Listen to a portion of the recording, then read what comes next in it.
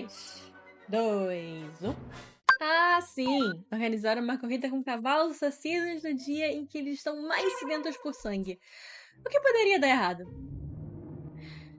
Miau, galera! Aqui é a Dandelion e bem-vindos a mais um vídeo nesse canal. Hoje eu tenho um livro que eu particularmente gostei muito e que é muito querido pra mim, chamado A Corrida de Escorpião, de Maggie Stiefvater. Eu acho que eu disse o nome dela certo. Ela tem um nome bem complicado. Maggie Stiefvater. Hoje em dia eu acho que ela é mais conhecida pela saga dos Garotos Corvos, um livro que um dia eu também vou ler, mas por hora vamos falar desse aqui. Eu gostaria só de avisar que tudo que eu falar aqui é a minha opinião e minhas impressões gerais do livro. Aos interessados, eu vou deixar um link do livro pra quem quiser pesquisar por si mesmo. Amazon, patrocina nós aí! Detesto desapontar meus amantes de romantasia com ponta de fada, mas vocês não vão encontrar nada disso aqui. Na verdade, eu ouso dizer que o romance é a parte mais secundária, quase terciária, da história inteira. É algo que eu não vou reclamar muito, porque, sinceramente, com tanta coisa em jogo, focar no romance seria muito, mas muito estranho. Sem mais delongas, vamos ao livro. Um aviso, teremos spoilers, eu vou contar o livro todo, então se você não quer saber o final ainda, eu recomendo sair desse vídeo por hora e voltar quando você tiver lido pra gente debater nos comentários. O prólogo de A Corrida de Escorpião já abre com a minha frase favorita. Hoje é o primeiro dia de novembro, portanto, alguém vai morrer. Dito por Sam Kendrick, que é o menino de 10 anos mais velho que eu já vi. Mas eu acho que quando a gente cresce em um ambiente onde a morte é bem comum, dá pra perdoar uma criança ser assim. Eu acho. Ele é quem nos apresenta para a brutalidade da corrida em si, já que o prólogo é justamente isso, um dia de corrida. Não muito detalhada, afinal não é essa que a gente vai querer ver, mas suficiente. E logo no início eu já fiquei completamente apaixonada pela escrita desse livro. Ele presencia a última corrida de seu pai, que depois de muitos anos, pelo visto, estava nervoso. E somos também introduzidos logo de primeira ao talento que o pequeno Sean tem quando se trata de lidar com os cavalos e como ele os entende e respeita. Ele não confia nas mandingas que os outros usam para controlar seus cavalos d'água, não. Mas parece ter as próprias que funcionam muito bem. Bem, não julgo também, porque aqueles que vivem e conhecem bem seus animais sabem como lidar com eles. Qualquer um que tem um cachorro ou um gato em casa vai concordar comigo. E eu sou uma gata, então, obviamente, eu entendo muito bem do assunto. Interessantemente, começamos a aprender um pouco também sobre o garanhão do pai dele, um cavalo d'água vermelho que aparentemente é ruim do olho direito, e que Sean conhece muito bem pela forma como pensa e age. Isso vai ser importante depois, hein? Bom, ele conhece e confia nesse cavalo ao ponto de pedir para ele não comer o pai dele quando ele inevitavelmente morre. A cena não é muito gráfica, mas é o suficiente para justamente dar o tom dessa corrida. Aqueles que perecem não têm uma morte tranquila e rápida, muitas vezes tendo parte do corpo arrancadas, ou sendo simplesmente pisoteados até a morte, ou sendo afogados pelas criaturas que estão tentando levar até a linha de chegada. Realmente não é para os fracos ou para os covardes isso aqui. Com isso em mente, a gente é introduzido a outro personagem, Puck Colony, agora no tempo atual do livro, ou seja, uns 9 anos depois do prólogo. O nome dela, na verdade, é Kate, mas por alguma razão que ela não explica no livro, ela prefere se chamar de Puck, então segue o baile. Ela é meio que a responsável por introduzir a parte mais normal da ilha, além de ser a nossa novata no ramo das corridas, o que ajuda o leitor a se familiarizar com o universo também. Já de primeira, somos apresentados à família dela. Seu irmão mais novo, Finn, que pelo que eu entendi adora desmontar e montar coisas, e seu irmão mais velho, Gabe. Os pais deles morreram há mais ou menos um ano atrás, deixando Gabe como o principal provedor. E os outros dois com a tarefa de conseguir uma grana extra. Por quê? Quando se tem corrida de cavalos assassinos que amam uma carninha, pode apostar que tem turista que adora ver esse tipo de coisa. Se me perguntarem, eu diria que a Puck é o mais próximo que eu vou conseguir achar na literatura de um tomboy. Ela não parece ser a pessoa mais vaidosa e feminina do mundo, mas ao mesmo tempo ela já não cai naquele estereótipo de não sou como as outras garotas, ai... Obrigada. Ela tem um amor inegável pela ilha onde ela mora e por sua égua, Dove, que é um cavalo normal. E ainda bem, porque considerando que eles não estão na melhor condição financeira, criar um cavalo já é caro. Imagina um que precisa de carne. Sério, já viram o preço da carne? Eu não sei se no Brasil tá muito melhor, mas aqui tá um absurdo. A história em si começa agora.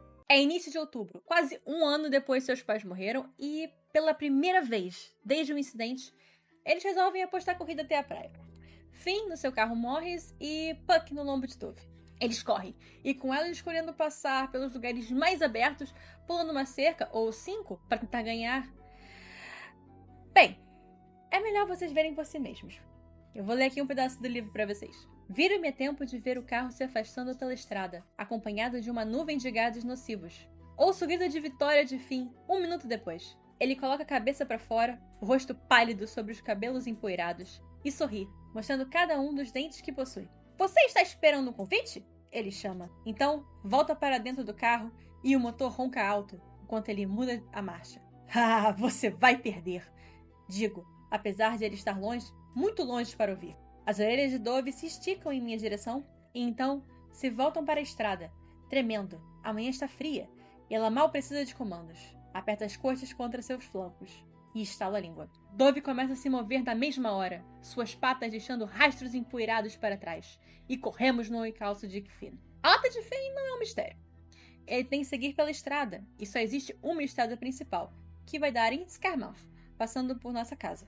Mas esse não é o caminho mais curto. A estrada serpenteia pelos campos, protegida por muros de pedra e cercas vivas. Não faz sentido seguir esse trajeto marcado por uma trilha de poeira. Em vez disso, Dove e eu atravessamos os campos. Dove não é grande, nenhum dos cavalos nativos da ilha é, porque a grama não é lá das melhores. Mas é esperta e corajosa. Assim, ela e eu saltamos as cercas do jeito que quisermos, desde que o terreno seja sólido. Contornamos a primeira curva, assustando um grupo de ovelhas. Desculpem!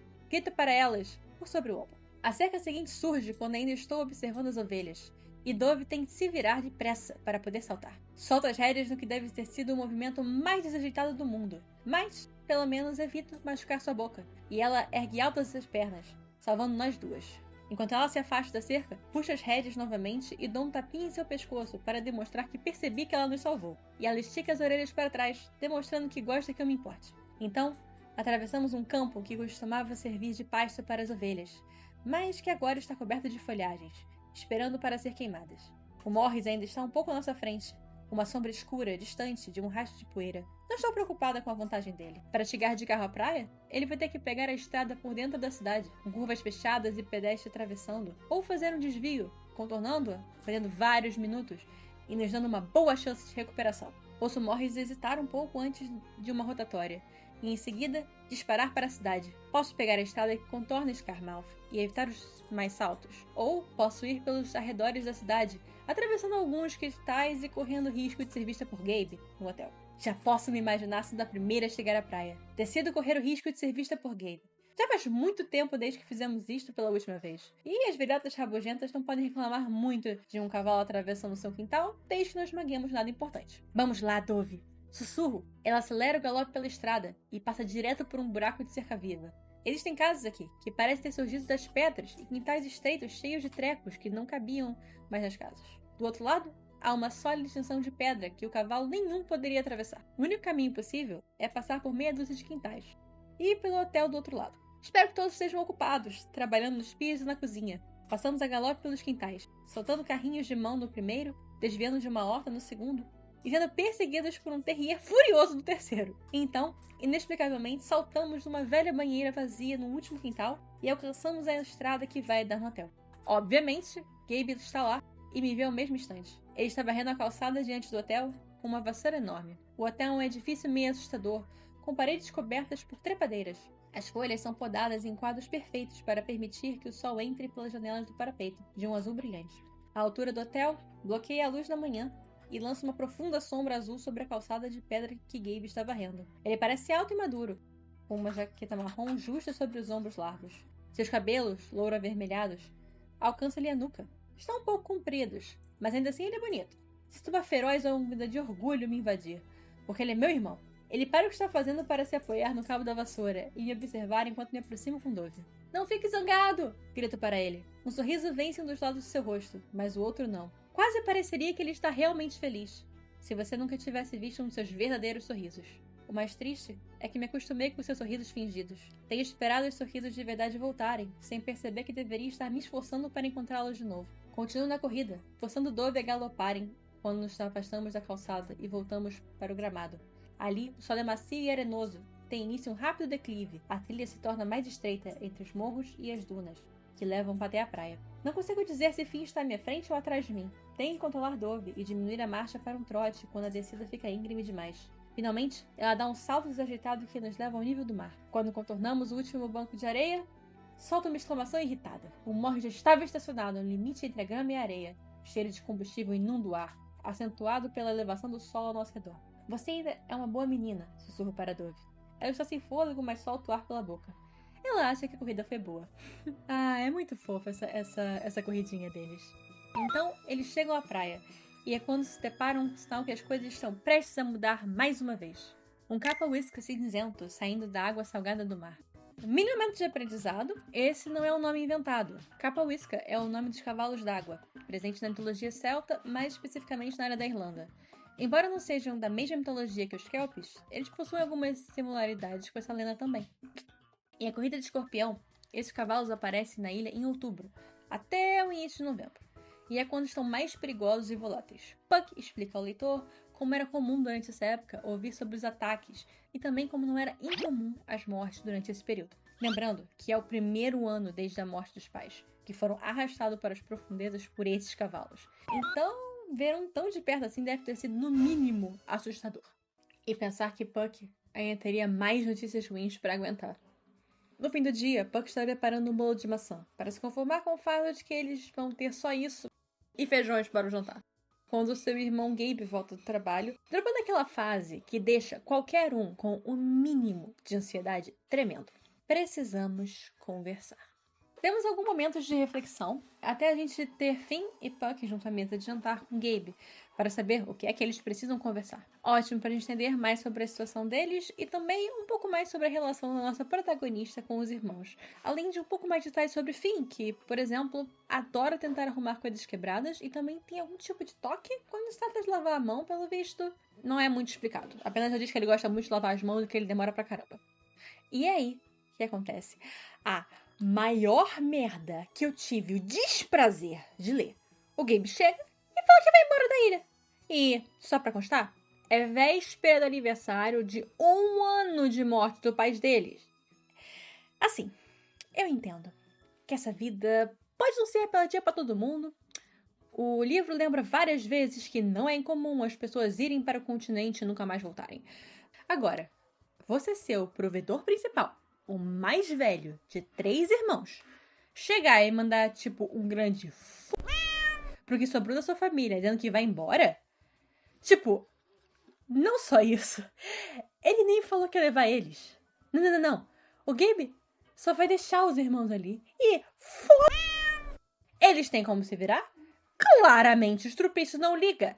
Ele tem ainda a pachorra de falar que só ia ficar mais 2 semanas porque ele tinha prometido ao chefe dele. Ao chefe. Não a família dele. O chefe.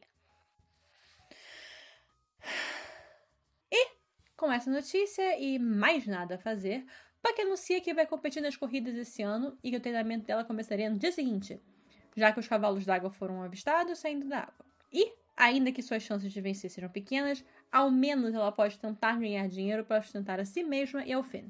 Bom, ela também consegue ganhar mais algum tempo com o irmão mais velho, já que ele diz que, já que ela vai competir, ele vai esperar até depois das corridas. Não acho que vale a pena se arriscar por um merda desses, mas pelo irmãozinho, eu entendo. Voltamos para esse ano de novo.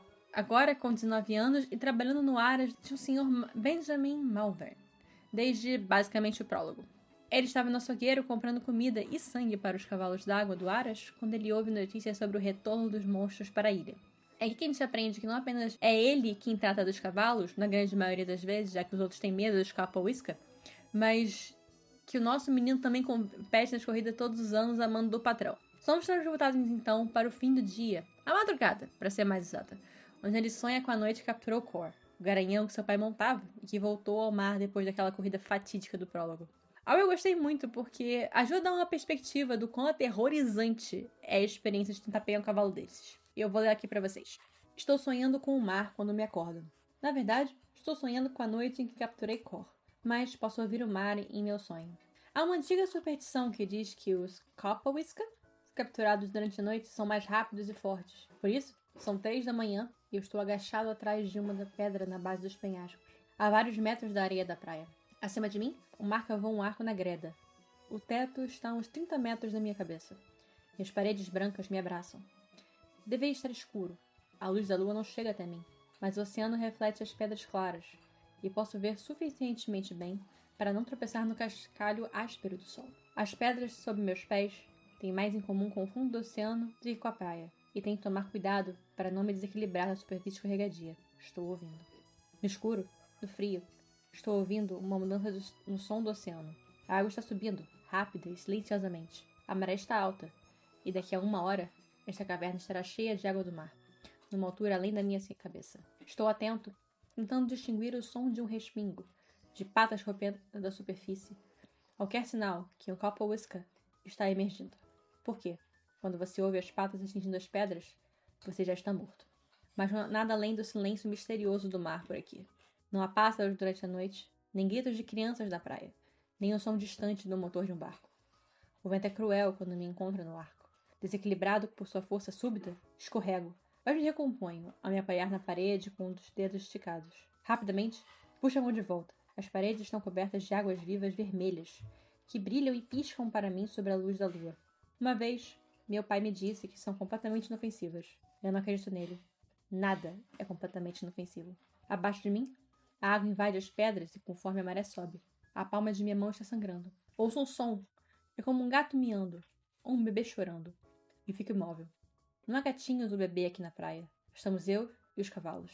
Brian Carroll me disse que quando está no mar, à noite, às vezes pode ouvir os cavalos chamando uns aos outros sob a água.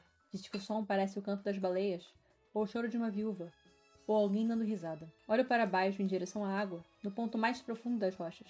A maré subiu rápido. Quanto tempo fiquei aqui parado? Na minha frente, as rochas já não são nada além de pedaços brilhantes de pedra, logo acima da água escura. São de uma vazias e não tenho muito tempo. Preciso me mexer e encontrar o caminho de volta por entre as rochas cobertas de água enquanto ainda sou capaz. Olho para minha mão. Um grosso fio de sangue escorre da palma pelos 2 ossos do meu braço. O sangue se acumula, gotejando silenciosamente na água. Minha mão vai doer mais tarde. Olho para a água, onde meu sangue desaparece. Estou em silêncio. A caverna está em silêncio. Eu me viro, e ali está um cavalo. Ele está perto bastante para que eu possa sentir seu cheiro salino. Perto bastante para que eu sinta o calor de seu pelo ainda molhado. Perto bastante para que eu olhe em seus olhos e veja sua pupila quadrada e dilatada. Sinto o cheiro de sangue em seu hálito.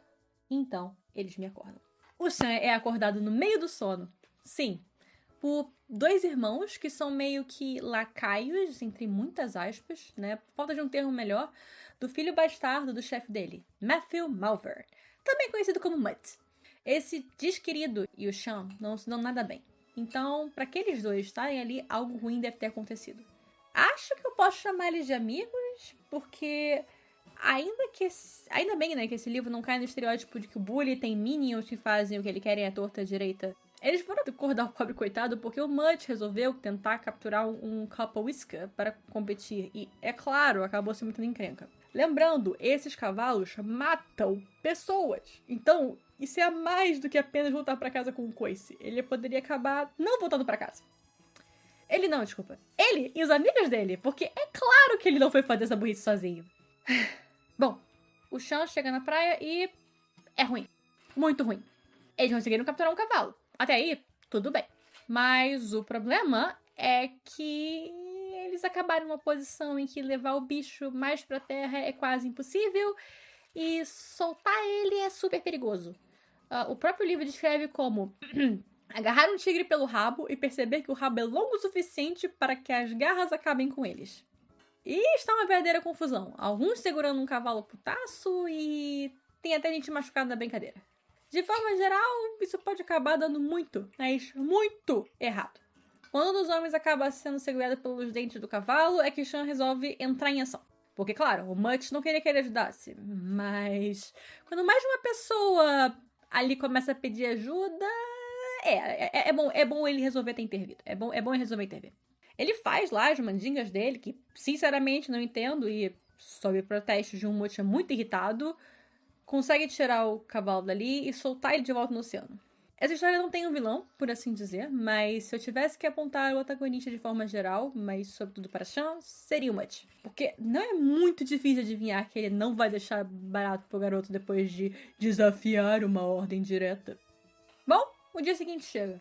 O antecipado primeiro dia de treinamento. Puck começa em casa, tentando se arrumar de uma forma de que ela possa ser levada a sério. Porque, bem, essa é uma atividade que é completamente dominada por um público masculino. Então, o primeiro desafio dela vai ser, infelizmente, o de ser uma mulher. Bom, tenta demonstrar algum apoio pra ela, fazendo uma xícara de chocolate quente pra Puck. E ele diz que botou sal pra tentar deixar mais doce. E aí eu fui pesquisar. Aparentemente, adicionar uma pitada de sal ao chocolate quente ajuda a realçar o sabor e equilibra a doçura. Eu não sabia disso e nunca tentei, mas se alguém for experimentar, minha vida se der certo. É só uma pitada, hein? Nada de tacar uma colher enorme de sal, tá? Pelo amor de Deus. O Sean, enquanto isso, está na praia. Como ele meio que é um encantador de cavalos, muitas vezes ele é chamado quando precisam de alguma opinião ou até de ajuda. Como a noite passada, né, no caso. Bom, dessa vez, ele foi chamado para avaliar e possivelmente comprar uma égua amarela preta e branca para o Aras do Sr. Malvern. No caso, é uma égua do mar, né? D'água, um cavalo d'água. Ele cavalga no doce dela, apontando que realmente ela é muito rápida, mas não a compra, pois ela é muito arisca e é difícil de controlar. Ela tem alguma coisa muito ruim nela, sabe? Ele até sugere que o homem devolva o animal pro mar, porque ela vai acabar matando alguém. Claro! Ele não escuta, né? Vendedor, não sabe como é que é, né? Vendedor escuta alguma coisa? Claro que não. Se ele puder ganhar um dinheiro, tá tudo certo. Mais tarde, a gente acompanha Puck e Finn na praia e é uma experiência. Eu vou tentar descrever pra vocês agora, da melhor forma possível, como é que foi a cena. Imagina uma praia que fica lotada no verão. Tipo uma Copacabana da vida. Agora imagina que 99% de quem está nessa praia é homem. Imagina que eles estão falando alto, como se estivesse em uma partida de futebol. Agora, adiciona cavalos e cachorros sem dono no meio. É basicamente isso que eu imagino quando descreve a praia. No caso, nesse primeiro dia. Bom, e é lá que a Puck vai procurar um comerciante que trabalha com quintos. Como é que isso funciona? Basicamente, ela vai alugar um cavalo de alguém e o que ela ganhar na corrida vai ser dividido de forma que 4 quintos vai diretamente para a mão do vencedor. Do vendedor, no caso. Não é muito justo, mas ela não pode exatamente pagar por um cavalo desses e pegar um no mar pra treinar é difícil, né? A gente já viu que é difícil. E, como eu disse, é um evento dominado pelo público masculino. Então, achar alguém que minimamente esteja disposto a falar com ela é bem difícil. No final do dia, ela acaba conseguindo negociar com um único desses comerciantes. O dono da égua malhada. Ele oferece pra Puck montar a égua, né? Pra ver o quão veloz ela é. E quando ela tava tentando juntar coragem pra subir no dorso dessa égua, ela ataca e estraçalha um dos cachorros vadios que foi inocente o suficiente pra tentar se aproximar demais. Bom, isso leva o Finn a implorar pra ela não correr, muito menos um desses monstros, e ela anuncia que não vai montar um cavalo d'água. Não.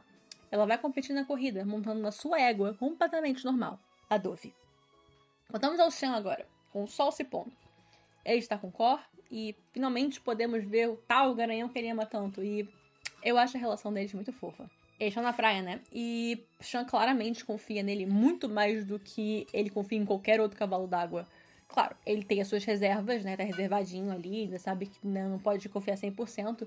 E volta e meia ele tem que puxar um pouco de ferro ou fazer uma mandinga, né? Mas, de forma geral, é possível ver que eles se respeitam muito. Eles até brincam na água, o que é muito fofo. E eles depois eventualmente têm que voltar pra terra firme, né? E pra cidade, porque é o primeiro dia e eles têm que fazer coisas. Claro que o dia não termina sem uma brincadeirinha, entre muitas, e eu digo muitas aspas, do Mutt, pra tentar estragar o dia. Sério, cara, mijar dentro das botas de alguém é muito infantil. Eu digo muito. Bom, durante a primeira semana, os cavaleiros têm que escolher suas montarias e se inscrever para a corrida, com um anúncio formal e final sendo feito no final da semana durante o Festival de Escorpião. Além de se inscrever, ele também precisa escolher um cavalo d'água para Mutt, que também vai competir. Ele faz isso não por bondade no coração, mas porque o Sr. Malvern obriga ele. Ele passa quase um ano inteiro amansando um cavalo para Mutt poder correr com o máximo de segurança possível em uma corrida de cavalos associados. Bom, a gente acompanha a Puck quando ela está indo para esse Carmal para fazer a sua inscrição. Ela compara a cidade com a vez que seu pai cortou o cabelo quando ela era mais nova e ela não reconheceu ele. Como se de noite ela virasse algo completamente diferente. Algo que eu sinceramente não julgo. Porque eu sempre me sinto meio assim quando eu vou pra um lugar à noite. Parece, tipo, muito diferente do que eu tô acostumada a ver durante o dia. Bom, ela vai até o açougue, que meio que serve como centro não oficial das corridas, já que os cavaleiros compram comida lá, e fala com a dona, a Peggy Grayton, para saber se inscrever. Ela fala pra Puck que Gabe tinha pedido mais cedo que ela não deixasse, que procurasse alguma regra que impedisse ela de correr. Mas não tinha nenhuma. Ela até tenta dar o argumento de que é a favor do direito das mulheres, mas que esse esporte não é pra mulheres. Algo que Puck ignora, porque realmente não é sobre feminismo. Não é sobre feminismo. Depois de conferir o regulamento para garantir que nada impediria de escrever Dove, ela paga a inscrição e agora só lhe resta esperar até o dia do Festival de Escorpião para declarar sua montaria oficialmente. Bom, durante esse processo, ela tem o seu primeiro encontro não oficial com o Shen, já que ele estava na fila para se inscrever quando ela entrou na loja. Um velho amigo de seu pai até chama ela no canto para avisar que ele encrenca, com um pé na terra e um no mar. Algo que ela ignora. Depois de estar oficialmente inscrita, Puck sai do açougue bem a tempo de ver Mutt, mais uma vez, tentando provocar Shell. Ele ameaça pedir ao pai que o demita, já que soltou o cavalo selvagem noite passada. E é nessa hora que a gente vê o que 10 anos de mercado de trabalho fazem. Porque ele não se abala. Não. Shell permanece calmo e não cai na armadilha. Ouso dizer que ele lida com esse assunto com muita classe. E ainda lembra que o Sr. Malvern ia aceitar qualquer cavalo que ele indicasse. Porque ele tinha que manter ele vivo na praia. No fim, Thomas, o marido de Peg, aparece e convence os dois a ir pra casa, colocando um fim na briga antes mesmo dela começar. Aquela noite a gente vê um pequeno paralelo. Puck sonha com a sua mãe lhe ensinando a cavalgar e acorda no meio da madrugada chorando, bem a tempo de ver Gabe voltando pra casa. Ela chega a pedir silenciosamente, sabe, no coraçãozinho dela, para que ele entrasse em seu quarto, para que eles conversassem, mas ele não faz. A gente sente aquela tristeza dela de estar fazendo tanto pra manter mais um tempinho com um irmão que nem se dá um trabalho de ficar em casa. Mas aí tem o Sean, que está sozinho nos estábulos de madrugada, fazendo tarefas que estão abaixo do seu posto como treinador-chefe, mas que ele prefere fazer a correr o risco de ser mal feito, refletindo sobre a vida dele enquanto isso. Sobre o que ele quer e o que ele precisa, além de uma leve lore drop a respeito dos estábulos do Malvern, que aparentemente foram construídos ao redor, né, sobre uma estrutura bem antiga, dos tempos de possíveis deuses que eram cultuados antigamente, mas que já são há muito esquecidos, tirando pelo Festival de Escorpião. Ele percebe que não precisa muito, assim, muito na vida. Ele só quer ter um teto sobre a sua cabeça que pertencesse a ele e Cor. No dia seguinte, Puck acorda cedo para levar Dove à praia. Ela não queria fazer isso, né? Mas, pela regra, ela tem que treinar lá. Então, não tem muito o que fazer, infelizmente. Mas não antes de receber uma pequena visita de Peg, que veio confirmar se ela realmente ia montar um cavalo normal e não um capel, e tenta convencê-la, sem sucesso, a desistir de correr. Felizmente, a Puck consegue manter firme e pode voltar a focar no que ela tem que fazer. Porque, assim, eu entendo, cara. Não é uma corrida... É uma corrida que as pessoas morrem. E a Puck é querida o suficiente o povo não querer ver ela morrendo, mas... não. Bom, enquanto isso, Sam acabou sendo arrastado para encantar um possível comprador de cavalos americano que... é um dos meus personagens secundários favoritos de todo o livro.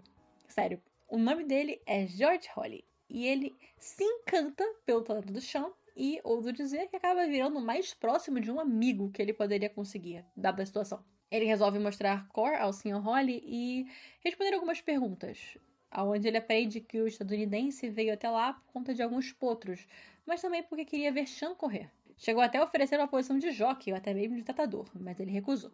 Agora, os dois estão oficialmente na praia. É o segundo dia, mas é o primeiro dia de verdadeiro treinamento. O dia que realmente começa, pois é quando começa o evento de montar os cavalos, treiná-los para não entrar na água, tentar correr em linha reta o máximo possível, onde muitas pessoas saem feridas ou até morrem. Sean trouxe 3 cavalos d'água para a praia, 2 éguas que ele está treinando e Cor. E Puck veio com Dove. Por ser a única mulher na praia, né, ela é imediatamente o foco de atenção, mas Infelizmente, a gente não tem o POV dela, né? Apenas o do Sean nesse momento. Ela escolhe trilhar na água, uma ideia relativamente inteligente, porque ela pode ficar longe dos outros competidores, né? Ou seja, de possíveis um perigo bem possível, e aproveitar o máximo para poder botar a Dove em forma. Claro, não é um plano infalível, porque ela pode estar livre deles, mas não quer dizer que ela não pode ser atacada por um cavalo d'água selvagem. Eventualmente, um dos cavalos competidores acaba enlouquecendo e pulando de volta ao mar. Só que, ao invés de ir embora, o bicho resolve ir atrás de um lanche. Ou seja, ele vai direto pra Puck Dove. Que legal! Ele chega até a conseguir derrubar ela da égua, coitadinha, mano. E o Sean acaba entrando na água pra salvar a garota, usando umas frutinhas letais pra Capal pra matar o monstro. Gente, eu vou tentar pronunciar esse nome certo, mas eu vou ser sincera, eu não sei pronunciar, tá? Eu não sei pronunciar, eu vou tentar. Aí, a gente pensa, eles vão conversar agora? Não. Porque o Sean tem zero tato e resolve que a melhor coisa pra dizer é: mantenha seu pônei fora dessa praia, antes de ir embora. Ok. Beleza, se eu tivesse que matar, tipo, um bicho que eu gostava pra salvar uma pessoa fazendo burrice, eu acho que eu ficaria de mau humor também. Mas aí a gente pensa. Não pode piorar, pode? Ah, pode. Ah, pode muito. A Puck volta pra casa, completamente derrotada e com um coice na cabeça, com Dove assustadíssima, e enquanto ela tá tentando assimilar o que aconteceu, sabe, parar de tremer porque ela quase morreu e é o segundo dia apenas, sabe? Ela recebe uma visita.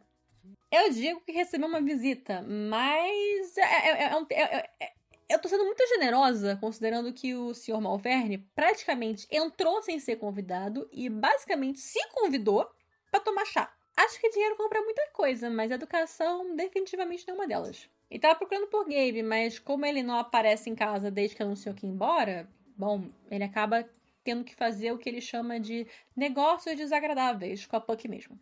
E eu acho que desagradável é um grande, mas um grande de um eufemismo, mas é que eu sei, né? Porque assim, aparentemente, a casa, né, que eles estão morando, tá com o aluguel atrasado em 1 ano. Sim, desde que os pais deles morreram, ninguém paga as contas. Assim, eu até posso dar um desconto pro fim, e talvez até pra Puck, né? Já que quem tava tomando conta das coisas, aparentemente, era o Gabe. Mas é sério que o filho da mãe ia embora sem contar que as contas não estavam pagas? Será que ia se incomodar de contar isso em algum momento? Cada vez mais eu odeio esse cara! E mais uma coisa, se o cara tá trabalhando e eles aparentemente mal têm dinheiro pra comprar comida decente, pra onde que tá indo esse dinheiro?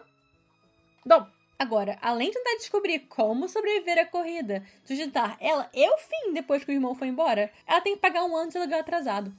Sem pressão, sem pressão. Bom, pelo menos ela consegue convencer ele a esperar, né, até depois das corridas, para receber o pagamento. Afinal, ele já esperou 1 ano e pode muito bem esperar umas semanas a mais. Ele concorda, ainda bem, mas agora tem mais coisas nos ombros dessa garota. Dá até uma dosinha, cara. Um pequeno parênteses, né? No livro, o Sr. Malverne toma um chá dele com leite, sal e manteiga. E assim como o chocolate quente com sal, né? Eu fui dar uma pesquisadinha. Aparentemente, isso é uma receita chamada pochá, que vem do Tibete. Mas, no caso, funciona melhor com chá preto. Bom, eu nem fazia ideia que isso existia e quase quero dar experimentada. Quase. Bom, o dia continua. E enquanto o Puck faz o jantar, feijões de novo. Uhul! Ela comenta com o Finn a possibilidade de vender o Morris para comprar uma comida melhor para Dove. Afinal, cavalo de corrida tem que comer comida de cavalo de corrida. A sugestão não é algo que agrada muito ela, já que ela sabe que ele tem um apego por aquele carro, mas infelizmente é a única solução que ela consegue pensar. Ela ainda não contou pro Finn sobre o problema da casa e para preservar ele, né, o máximo possível. E ela quer falar com o Gabe sobre isso antes, mas ele não volta pra casa de novo. Parece até que ele já foi embora. Enquanto isso, o Sean está passando pelo seu próprio probleminha. Ele tá num barco, né, junto com a equipe, para treinar um potro prodígio, que seria apresentado para o Sr. Holly no dia seguinte. Ele teria algum sangue do Scapawissa nas veias, né? É um ótimo cavalo de corrida, um ótimo possível futuro cavalo de corrida. E o treinamento dele está sendo feito na água porque ele é um treinamento de pouco impacto e eles não queriam cansar muito o potro. Foi isso que eu entendi. Eu não entendo tanto assim de cavalos, então eu posso estar errada. Bom, mas até aí, tudo perfeito, tudo maravilhoso. O Chão tava de olho no potro e tinha também os vigias nos penhascos para avisar de qualquer atividade de cavalo d'água, né, para poder tirar o bichinho da água a tempo. Mas o problema é que ele tá distraído, e com razão. Imagina, você segue uma rotina por anos, pelo que eu me entendi, são 6 anos que ele compete e 4 que ele já é campeão. E ter ela completamente arruinada por conta de uma garota que acha que pode trazer um pônei para uma corrida de cavalos de assassinos. Isso e o fato que ele ainda foi obrigado a matar um animal desses, ainda por cima, né? Mas esse momento de distração acabou custando caro pra ele, porque, sem ele notar, o Mutt acaba pegando lugar nos vigias. E quando alguém avisa pra ele que tem um capau se aproximando, é tarde demais. O Sean até tenta salvar o potro, mergulhando na água, né? Ao ponto, pronto pra matar mais um cavalo naquele dia, mas... Infelizmente, muito estava ter sido feito e não tinha como salvar o pobre bichinho. E temos Mutt pra agradecer por isso, porque claramente foi feito de propósito. Mais uma forma de tentar queimar o garoto e fazer ele ser demitido. Yay! De noite, ele não consegue dormir e acaba passeando pelos estábulos, parando na Baía de Cor. Ele poderia ir embora, ele tinha juntado dinheiro ao longo dos anos e poderia viver tranquilo. Mas, infelizmente, ele não pode ir embora sem o garanhão vermelho. O único cavalo que ele sabe que Malvar não vai vender. No dia seguinte, a Puck resolve testar uma forma nova de tentar treinar na praia, sem acabar em apuros e por hora meio que funciona. Ela vai enquanto a maré tá alta, né? Bem no início do dia. E apesar de ela ter que se manter vigilante quanto a um possível ataque, ela consegue até ter algum sucesso. É mais tranquilo, porque ela não tem que se preocupar, ela tem que preocupar só com um lado em vez de 2. Enquanto isso, o Sean tá esperando pelo chefe em uma casa de chá. Todo ano ele marca uma reunião com o garoto para poder determinar quem vai montar qual cavalo. Que é aí que vem até um dos meus trechos favoritos. É neste momento que ele faz uma piada para demonstrar empatia. E é aqui que finge achar graça para mostrar que aprecia o meu salário.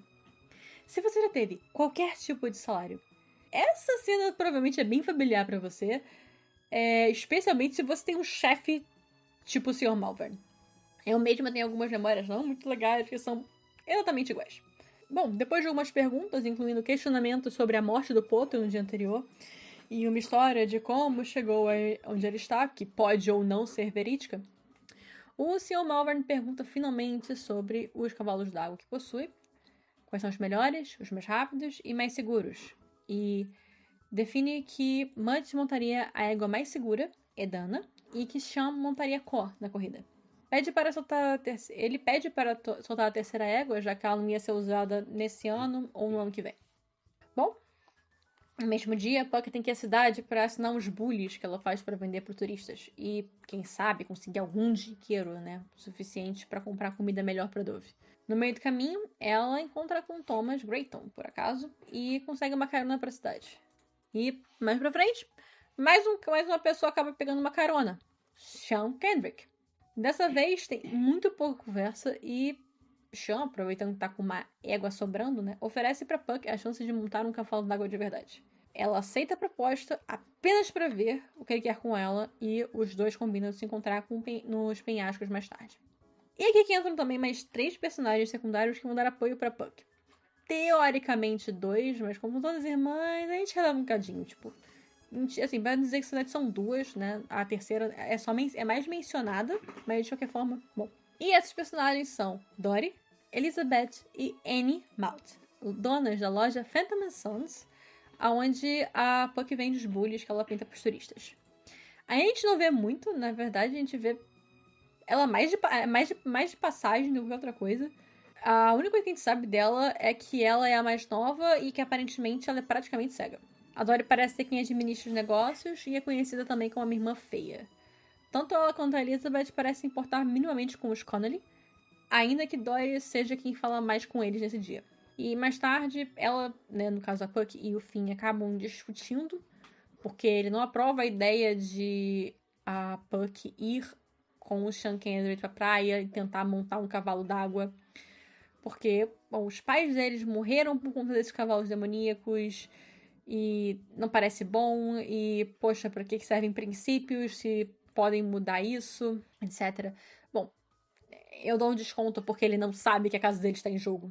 E antes desse encontro, né, no Aras, o Sean acaba mais uma vez irritando o Mutt, mostrando, né, eu vou dizer que foi uma alfinetada proposital, o quanto que ele não sabe sobre o Aras em forma geral e outros cavalos são criados lá, porque o que era para ser uma demonstração de duas potras, né, acaba virando uma mini corrida, o qual o Sean vence, porque afinal ele conhece o lugar melhor do que ninguém. Muito melhor que o Mutt, com certeza. Então, ele sabe o terreno, ele sabe ele sabe aonde os cavalos se distraem, aonde que, sabe? Então, ele sabe fazer as mandingas pro cavalo ganhar. E finalmente, a gente chega no momento em que a Puck e Chance interagem por mais de 5 minutos. Eu adoro. Porque tudo pra eles é meio estranho, sabe? Eles são duas pessoas que nunca exatamente se conheceram, mas eles ouviram falar um do outro, por assim dizer. É um lugar pequeno, né? Você pode não conhecer todo mundo, mas você já ouviu falar de todo mundo, pelo menos. Que mora lá, né? Turista não conta. E eles estão meio que tentando quebrar o gelo e eles têm zero tatos pra isso. É muito engraçado. Ele chega até a perguntar, né, pra ela como que ele tem que chamar ela, já que o nome que tá inscrito é Kate, mas ele ouviu ela sendo chamada de Puck. Bom, mas como duas pessoas que adoram cavalos resolvem problemas de comunicação? É uma corrida. Puck corre em Dove e Sean na égua que ele ia soltar. Uma forma justa de ver como um cavalo desse sai sem fazer todos perderem tempo e também sem precisar botar ela no dorso de um cavalo demoníaco desses. É até bem interessante ver a diferença entre um cavalo d'água e um cavalo comum competindo, né? Realmente eles são muito mais rápidos que os comuns e por um instante parece que o Sean vai ganhar facilmente. Mas aí o cheiro do mar chega neles e a égua Capoisca enlouquece, fazendo uma linha reta, direto pro penhasco e pulando em direção ao mar. O Sean até tenta fazer ela parar, mas quando é óbvio que ele não vai conseguir, ele salta para longe do dorso dela e é obrigado a admitir que a Puck ganhou a corrida. Tipo, ela realmente tem uma chance de ganhar, porque ela não vai ter que se preocupar com o cavalo dela querendo ir pra água no dia. É muito interessante isso. Mas agora, só resta o dia do festival pra eles declararem oficialmente suas montarias, sabe? É o último ritual que eles precisam. E os dias seguintes dessa semana passam voando e o dito festival chega. É um sábado, pra ser mais exato. A Puck quase acaba se desqualificando sem querer, porque ela tinha esquecido que precisava ir pra lá pra completar a sua inscrição. É Finn que a lembra e a convence de ir no Morris pra cidade. Ela se lembra da única vez que ela foi até lá em dia de festival, que quando a sua mãe tava viva e seu pai tava fora pescando. E parece uma memória até bem feliz, que agora é até meio agridoce pra ela, já que a mãe não tá mais lá. No meio do caminho, eles dão carona aos irmãos Jonathan e Brian Carroll, com Brian se oferecendo para ajudar Puck a encontrar seu irmão Gabe no momento que chegou à cidade. Eles acabam conversando um pouco e eu não consigo entender muito bem se ele tava tentando ser um amigo pra Puck ou tentando dar em cima dela. O POV dela mostra muito bem quanto ela é leiga quando se trata disso. Bom, no fim, eles acabam indo pro bar. Lembrando que as corridas são um esporte extremamente machista. Então, ela sabe que ir pra um lugar cheio de homens bêbados é provavelmente a pior ideia que ela poderia ter. Com sorte, o Brian consegue chamar a atenção de algum dos bêbados que notaram a presença dela, deixando ela livre para ir procurar o irmão. E é claro, o bonitinho estava lá, bebendo junto com um de seus amigos, Tommy Falk, que também vai para o continente com o Gabe. A diferença é que ele vai aproveitar que vão ficar até novembro para competir na corrida também. Puck praticamente arranca o Gabe do bar e leva ele direto para um lugar mais reservado, porque eles têm muita coisa para falar. Ela confronta ele sobre não estar paga, né? E ele apenas diz que fez o possível. Como isso não tem muito contexto de como era antes dos pais deles morrerem e como foi esse ano, né? Após o acidente, eu não posso julgar muito, mas eu ainda não gosto de como ele responde. Sim, ele quer ir embora da ilha e claramente não foi feito para o estilo de vida que a ilha demanda, mas eu não acho que merece você basicamente abandonar o que resta da sua família que não fez nada pra merecer o seu desprezo, sabe? Mas, como eu disse, não temos muito contexto além do presente. No fim, o Gabe acaba se afastando e a Puck volta pra agitação do festival, sentindo completamente tonta e decepcionada. Isso é, até o fim anunciar que conseguiu vender o Morris e agora eles têm dinheiro pra comprar comida decente pra Dove pra ela poder correr, né? E ela pensa que ela tava comendo feno ruim, então ela tinha barriga de feno, agora ela pode comer feno bom e perder a barriga de feno. Enquanto isso, o Sean tá no festival também. Como ele é campeão das corridas há uns 4 anos, ele é reconhecido, mas ele não presta muita atenção nisso. Ele nem tá inquieto e com o sentimento de que vencer a corrida não vai ser o suficiente, sabe? Tipo, tem alguma coisa ali. A gente é apresentado a alguns costumes da ilha durante o festival. No caso, há uma mulher vestida como uma deusa cavalo, tipo uma roupa vermelho sangue com uma cabeça de cavalo cinzento, que aparece na comemoração, e somos informados que ela vai lançar uma concha até o fim da noite. E que quem a pegar poderá fazer um pedido ao mar, que ele vai se realizar. Sei lá, quem for que está vestido na cabeça de cavalo esse ano, diz que Sean pode fazer mais um pedido ao mar. Meio desnorteado, ele vai até o açougue para conferir uma informação. Nota que estão apostando na vitória dele, claro, mas também que muitos estão apostando que Puck vai perder feio. Tipo, 45-1. Tipo assim, a chance dela ganhar é mínima. Praticamente, ela não vai ganhar. Mas o que realmente chama a atenção dele é o nome do cavalo de Mud. Não é o nome da égua que ele havia escolhido pra ele, Edana. Não é. O nome que está escrito é Saka. É um bom nome para um cavalo, curto, grosso. Saka é um nome local para corvo. Um pássaro conhecido pela inteligência, afeição por cores brilhantes e pela coloração preta e branca. E aí que ele liga os pontos, que Saka é a égua malhada, sabe aquela que ele falou que ainda vai matar alguém? Essa mesmo. Ele vai confrontar o Mutt, claro, mas o Bully apenas debocha dele, afirmando que ele apenas tá irritado porque ele vai ter o cavalo mais rápido dessa vez e que ele que vai ganhar a corrida. E aqui ele fala aqui também que o Sean nunca ligou pra segurança dele, que ele só quer saber de ganhar a corrida, etc. Bom, não é meu funeral, né? É o dele. Enfim, chega o momento mais aguardado da noite. O desfile dos cavaleiros. Todos que vão competir têm que oficialmente declarar suas montarias e deixar sua marca. A gente volta agora para acompanhar a Puck e ela tá perdida quanto a onde deve ir. Para sua sorte, a Elizabeth Mound encontra e ajuda a achar ela o local para onde tem que ir. Claro, não sem antes lamentar que deveria ser Dory fazendo isso, mas ela tá muito ocupada apostando nas corridas, que é até um pouco nesse momento que a gente aprende um pouco mais sobre a história dessa religião antiga que existe na ilha, né? Porque a gente não tem muita coisa. Cara, eu leria um livro só pra saber mais sobre essa religião, sem pensar 2 vezes. Mas que aparentemente dessa deusa cavalo, né, que o Sean encontrou mais cedo, se chama Epona. Sério, eu ia adorar saber mais sobre isso.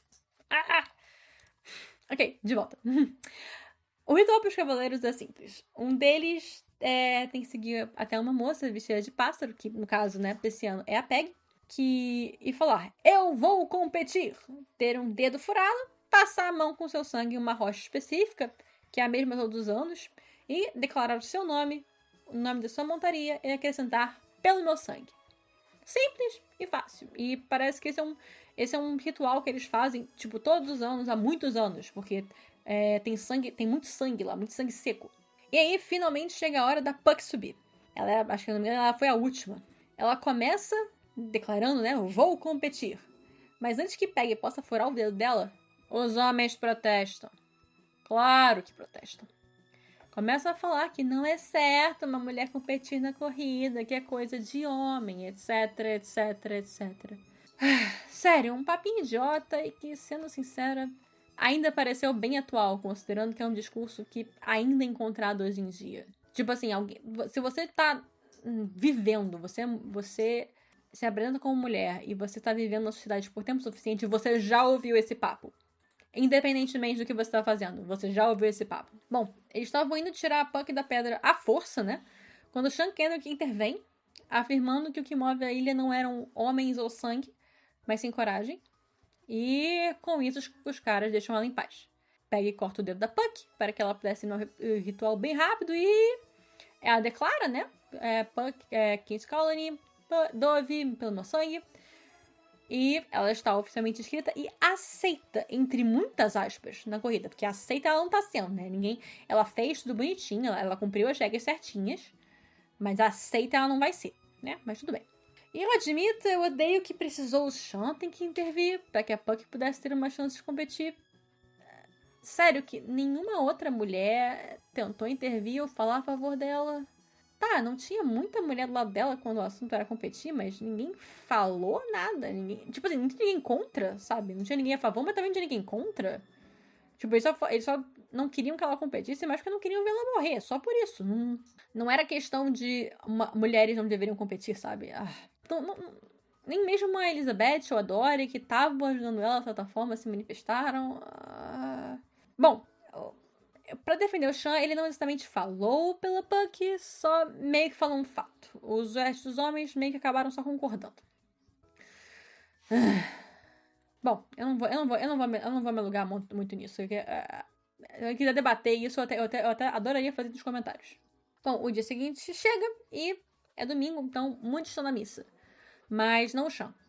Uma tempestade está se aproximando e com isso a chance de cavalos d'água selvagens serem colocados para dentro da ilha. Então o garoto tá andando pela propriedade dos Malvern, espalhando esterco do Cor para demarcar território. É uma forma de tentar manter os cavalos selvagens longe, que eu acho até bem inteligente, né? Porque afinal, território. Ele acaba sendo acompanhado pelo Sr. Holly nessa brincadeira, que ele parece curioso com o que o Sam tá fazendo. Ele até ajuda um pouquinho no processo, ele carrega os baldes. E eles acabam tendo uma conversa bem importante. Sobre Puck e sobre Cor, mas mais importante sobre o que Sean quer. Ele até reflete mais para si mesmo isso, sobre como Puck é sido corajosa no dia anterior. E Jorge lembra que ele é muito precioso para o Sr. Malvern. E com isso o Sean acaba tomando uma decisão bem importante. Mas antes de a gente ver com essa decisão, a gente vai ter que voltar pra praia, né? Ver como a Puck tá saindo. Que ela não trouxe a Dove naquela manhã da praia, mas um cobertor e um lanchinho, papel, caneta e um cronômetro. A ideia dela é estudar os cavalos e seus cavaleiros, aprender o máximo possível para poder fazer o treinamento de sua égua e ter alguma chance real de vencer a corrida. Tipo, ela vai estudar os oponentes dela. Eventualmente, o Sean acaba encontrando com ela, né? E senta ao lado dela para conversar, né? Eles trocam dicas e ele mostra o que mais observar nos oponentes dela, como, por exemplo, esse oponente tende mais pra direita do que pra esquerda, ele gosta de poupar o cavalo, depois ir tudo pra frente, ela até completa, não, esse aqui é meia coxa, sabe? É uma conversa boa. E eles acabam também tendo uma conversa mais séria, né, sobre o que os prende à ilha e por que deles não querem ir embora. E, no fim, o Sean volta, né, pro caminho dele, deixando a Puck com o treinamento dela. Durante a tarde, o Sean vai falar com Benjamin Malvern. Ele está mostrando uma plota muito promissora para os dois compradores, né? Com o Sr. Holly sendo um deles. Inclusive, esse estadunidense, ele é muito esperto, cara. Ele inventa uma desculpa para sair dali, junto com outro comprador, e ainda tem a ideia de parar para cumprimentar o Sean como se eles fossem estranhos antes de ir embora. Justamente aquele tipo assim... boa tarde, Sean Kendrick, né? Tipo, e vai embora. Tipo, aperta a mão dele e vai embora. Sério, esse cara é muito esperto. E ainda digo, um dos poucos que realmente mostram uma amizade real com o garoto.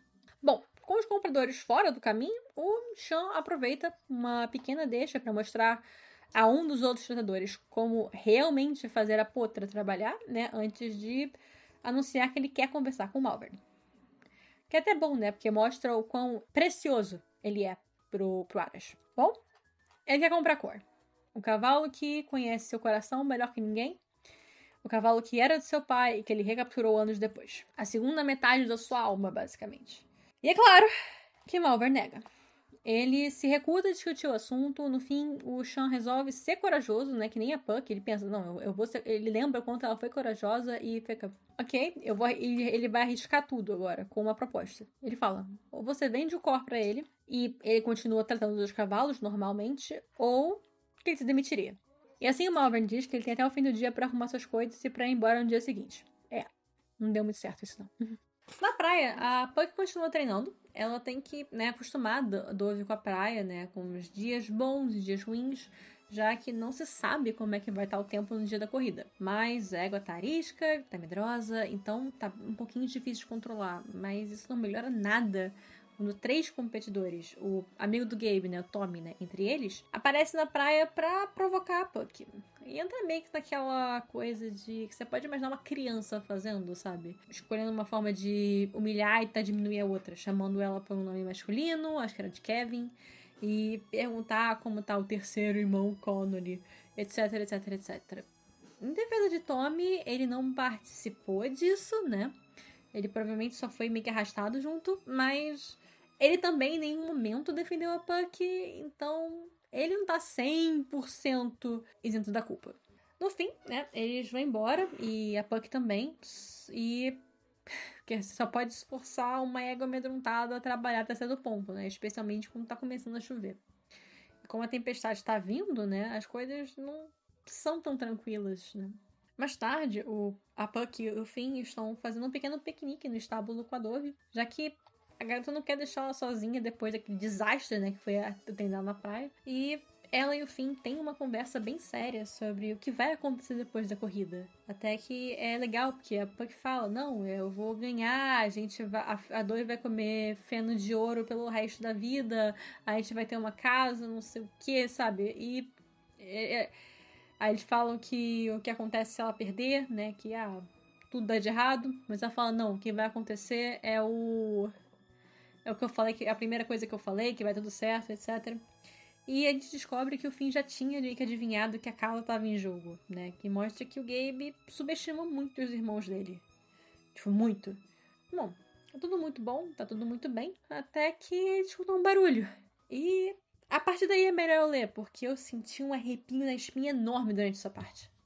E, bem nesse momento, um estalido estranho ressoa. O teste de 5 da baia é velho. Há muito que instalar ele. E a sua única parede forma parte da cerca, então há mais uma chance de o estalo no ponto onde as tábuas se encontram nas colunas da baia. E a própria cerca não é a coisa mais nova da ilha. Por isso, de fato, qualquer lugar em que uma junção poderia instalar. Mas não é esse tipo de estalido. É mais como um estalido seguido de uma batida. Não bem uma batida, mais suave que isso. Um tapinha. Quando penso nisso, não consigo nem imaginar como ouvir esse ruído. Até ela notar Finn olhando para mim, completamente imóvel. E percebo que não só ouvi, eu senti. Finn e eu viramos a cabeça em direção à parede da baia em que estamos e recostados. Quero dizer, talvez tenha sido Puffin, a gata do celeiro. Mas Dove parou de mastigar e ergueu as orelhas em direção ao som, mesmo que obviamente não haja nada para ver.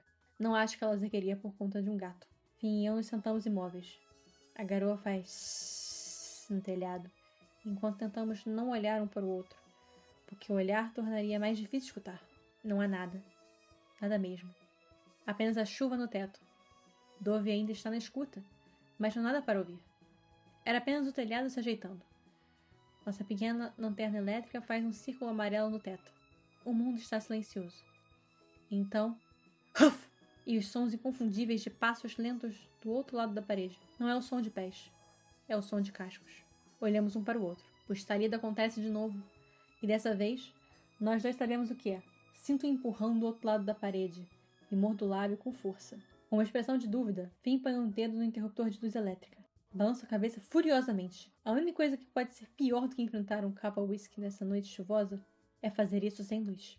Em vez disso, começa a me enterrar no cobertor de feno que fiz, lentamente, para impedir que os pedaços de feno façam barulho.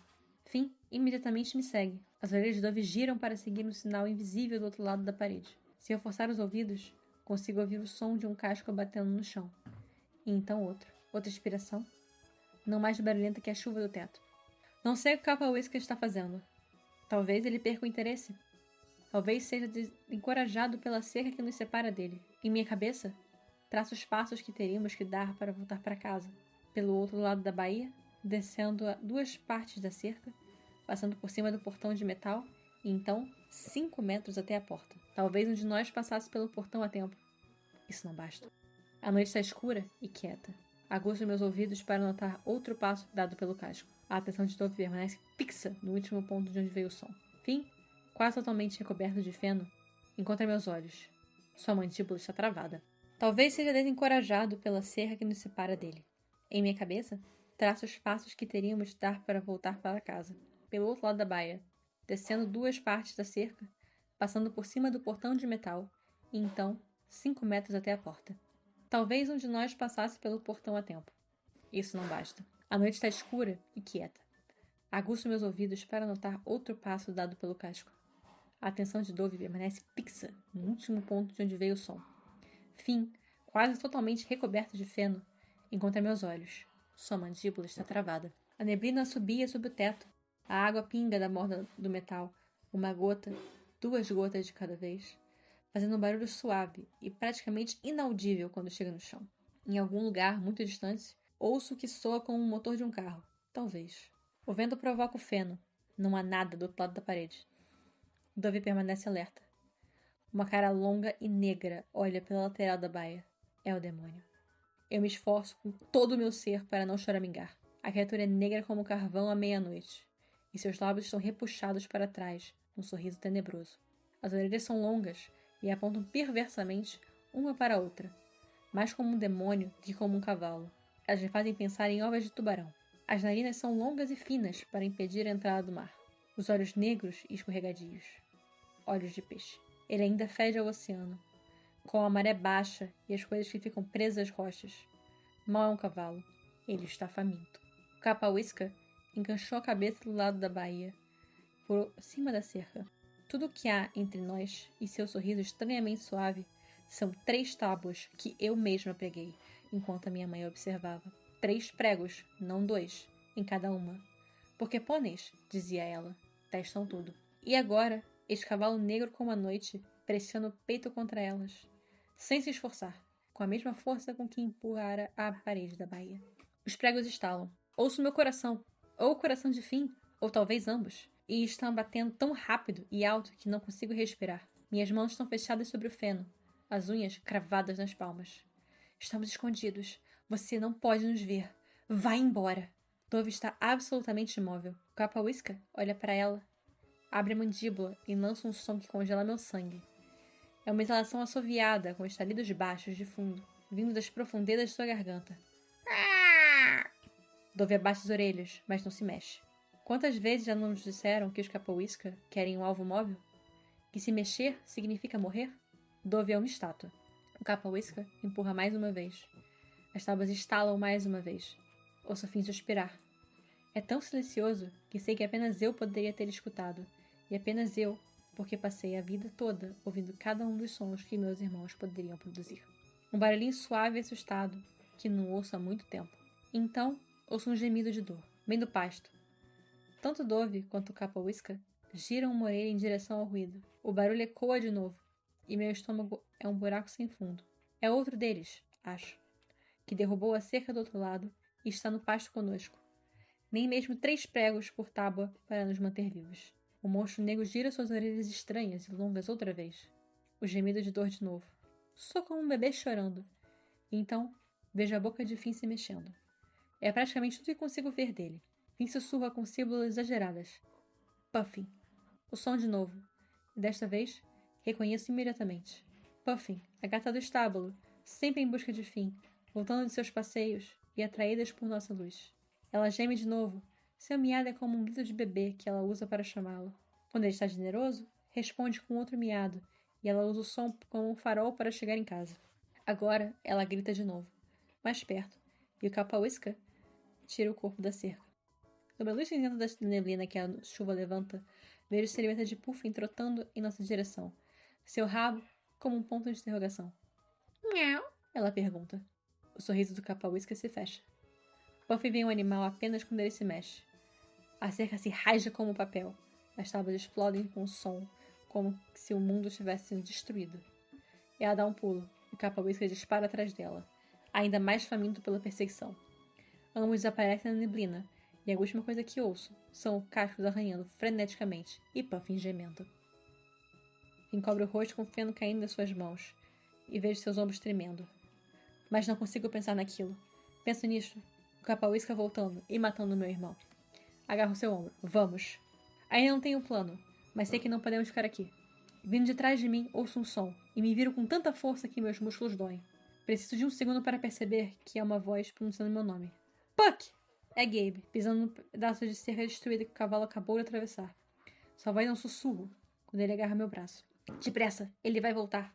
Basicamente, então, o Gabe chegou com o Tommy e Brit, que é o filho da Peg, e eles conseguem tirar a Puck, o Finn e a Dove de lá. E eles vão pra casa do Brit, né? E eles acabam passando a noite lá. O Gabe e a Puck têm uma conversa noturna, né? Onde ela descobre que ele não suporta a vida na ilha. Por isso que ele vai embora. E, bem, isso eu até entendo.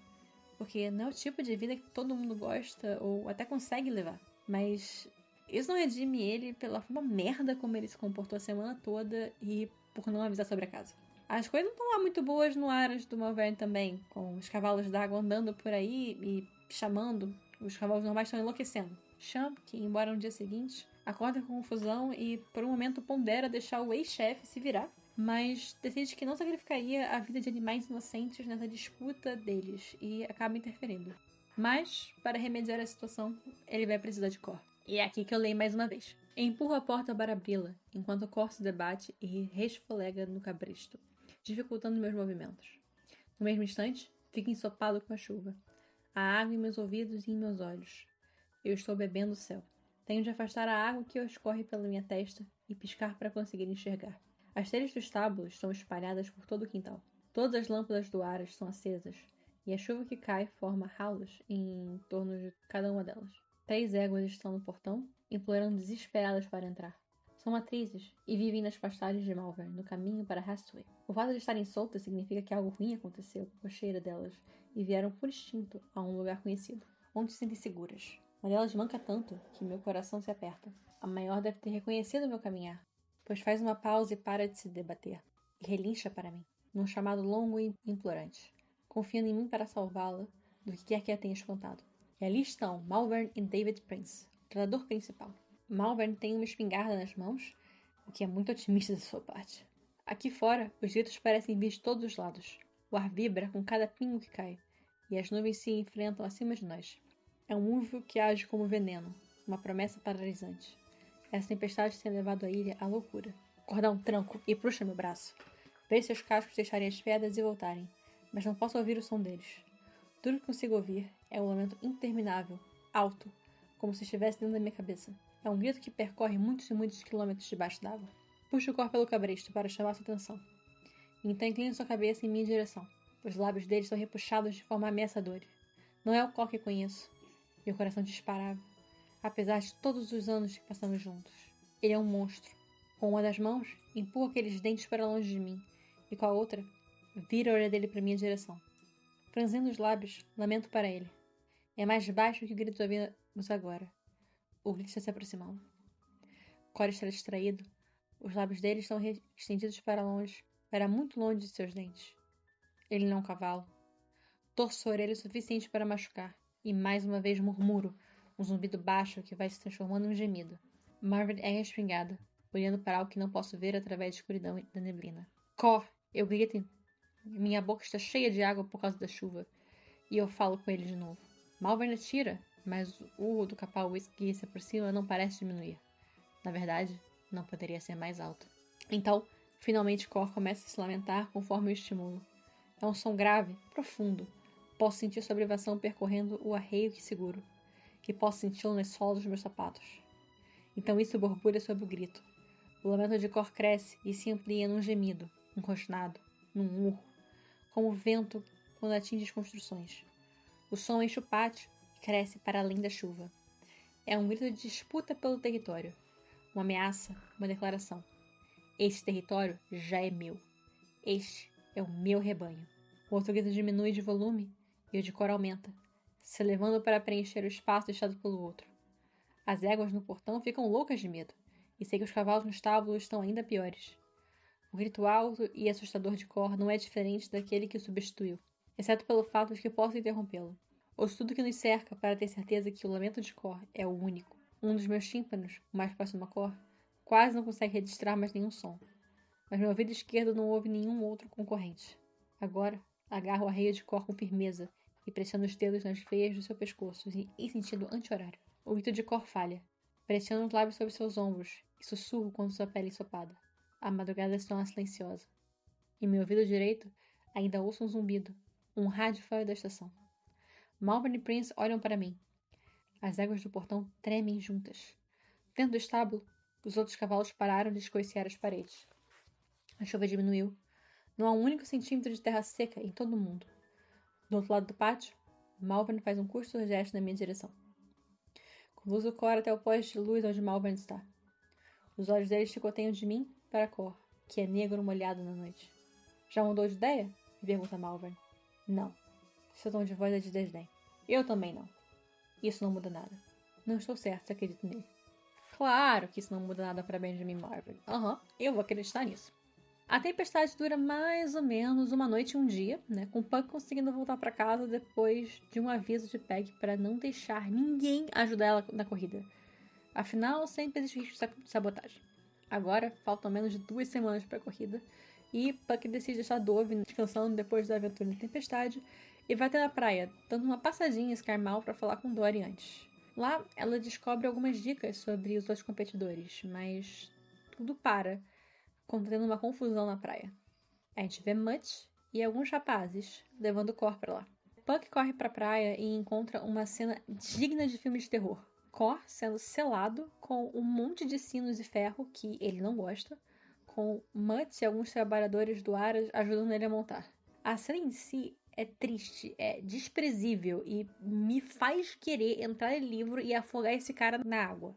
A Puck fica do lado de Shan, né, fazendo companhia e não muito certa se deve confortar ele ou o que ela faz, mas ela agarra a primeira chance de zoar a cara do Mutt. E isso aí, pelo menos, eu vou dizer, ela foi corajosa. O problema é que o Cordas decide parar de mancar o bonzinho e aproveita para atacar um dos tratadores, o Prince, né, que tava com o Malvern na noite passada. E uma confusão se instaura e o Mutt acaba caindo da cela e fugindo para um lugar seguro, enquanto a Puck chamam ao socorro do homem tentar parar o cavalo, né? Ela acaba segurando a mão do homem enquanto ele morria e depois ajuda o Cham a segurar a Cor para que ele pudesse se acalmar e tirar os sinos de ferro, né, que estavam presos no garanhão. No final, ele leva o Capa-Whisky de volta pro Aras e Puck se oferece para lavar o casaco dele e depois devolver. E olha que o dia nem acabou ainda. O Cham é intimado a ir pro Hotel Scarmouth para se encontrar com o Sr. Malvern de novo. E é uma conversa que ele não quer ter depois dessa manhã desastrosa. Ele acaba esbarrando o Sr. Holly, novamente, que aparentemente estava na companhia de uma certa irmã cega. E eles conversam um pouco antes do ex-patrão chegar. E como ambos são péssimos de conversa e péssimos de perder, eles chegam a um acordo. Se Cham vencer a corrida e Malvern vai vender Cor pra ele por um preço. Caso perca, ele terá que continuar trabalhando no Aras e nunca mais vai tentar comprar Cor de novo. Então agora, tanto o Puck quanto o Cham têm motivos muito bons para vencer essa corrida. No dia seguinte, Puck vai até o Aras para devolver o casaco de Cham e o encontra na baía de Cor, vendendo algumas algas em suas patas. Ela acaba entrando dentro da baía e os dois conversam mais, falando sobre a ilha, do que vão fazer se ganhar a corrida, e ele explicando algumas coisas que ele faz para acalmar o garanhão. Isso enquanto ela tá ajudando ele a enfaixar agora as patas. E essa conversa termina com o Cham oferecendo pra Puck montar em Cor. E ela aceita. Eles vão para os penhascos no fim do dia e Puck monta o capa, seguindo logo depois de por Cham, montando logo atrás deles. E ele e ela vão juntos e... Ai, é uma cena tão fofinha e tão gostosinha de ler. Cara, são duas pessoas que têm muito em comum e que não sabiam que a outra existia até a corrida, mas eles têm alguma química e fica tão claro. É muito gostoso ler um romance jovem no qual nenhum dos dois sabe muito bem o que fazer, sabe? Ai, cara, é muito fofo. Eu fico toda tipo, que fofura! Bom, a Puck volta pra casa e encontra um fim muito aflito, afinal, já era noite e ele não tinha como saber se ela tava viva ou morta, né? Porque ela meio que foi do Aras direto pro penhasco, né? Então ela não avisou, né, pro fim, pra onde que ela ia. Mas, pelo menos, a mágoa dele não durou muito, né? Então, no dia seguinte, acontece um grande leilão do Aras do Sr. Malvern, né? Que acontece todo ano e basicamente é o que garante o ano pra eles. E o Cham, ao invés de estar com os cavalos ou tendo pra corrida, acaba tendo que participar pra ajudar a vender os cavalos que conhece tão bem. Tipo, ele fica lá, e tipo, se o Malvern olhar pra ele, ele pode dar um comentado, ele pode fazer, sabe, porque ele, né, é chato. Trabalho chato. Durante o evento, ele acaba tendo uma conversa com Holly, né, indicando alguns cavalos bons para compra, e com o Sr. Malvern. Durante essa troca de gracejos, né, o Sean acaba sendo muito, mas eu digo muito elogiado, coisa que Mutt escuta e não parece nada feliz também, né? Se eu tivesse ouvindo meu pai, meu próprio pai, falando que o cara que eu detesto é o herdeiro natural do Aras, né? Porque conhece tudo melhor, conhece tudo muito melhor do que o próprio filho, eu também ficaria. Não nego, mas não. É. Voltamos pra Puck agora, né? Que ela foi à loja de Dory com o Finn pra saber alguma coisa dos pulleys antes de ir pra praia. Quando ela encontra o Sr. Holly, que tá recém saído do leilão. Inclusive, é a primeira vez que eles se encontram, né? Eles conversam, é muito bonitinho. E a gente descobre que as irmãs estão tentando empurrar a Anne pra ele. E Puck tem uma chance de conversar um pouquinho com o estadunidense. Eles se dão muito bem, o que é bem fofinho, né? Porque essa garota precisa de amigos, né? Mas tem uma boa influência masculina positiva, que não seja o Finn ou o Sean, é muito bom pra ela também. Tipo, ela precisa de amigos, cara. Ela precisa de amigos. Tanto ela quanto o Sean precisam de amigos. E o Holly parece justamente isso pra ele, sabe?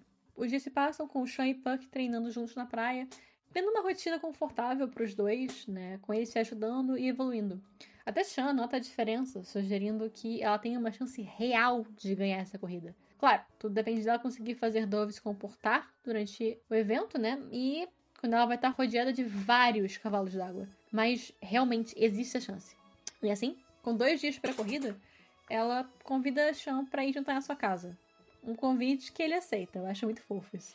Então, assim, mesmo pensando em 500 milhões de coisas que ele tem para fazer ainda, como trocar Cor e Endana de baia, para ajudar eu a conseguir suportar melhor o chamado do oceano, ele aceita, tipo, ele fica assim, não, mas eu tenho tanta coisa pra fazer, mas eu tenho tanta coisa pra fazer, tá, eu estarei lá. É muito fofinho essa hora, é muito fofinho, porque ele também fica pensando, eu não vou ser uma boa companhia, eu não sou o tipo de pessoa que se senta pra comer, etc, sabe? É fofo. Então, de noite, a Puck é surpreendida por Gabe, né, que aparece pra jantar, finalmente. Depois de o quê? 20 anos ele aparece pra jantar. Trazendo junto consigo um franguinho, né, pra ela cozinhar, e o Tommy Falk que também veio filar um rango. É até bom, porque aí quando o Sean chega na casa, ele trouxe até um pãozinho, ajuda a não ficar tão estranho, sabe, quebra o gelo. Então, enquanto o Gabe e o Tommy jogam cartas, com o Finn observando, a Puck e o Sean ficam preparando o jantar e discutem o dia do plano da corrida. Ela chega até a perguntar qual é a estratégia dele, e ele apenas diz que vai estar junto com ela, fazendo a jogada dele quando ela fizer o dela.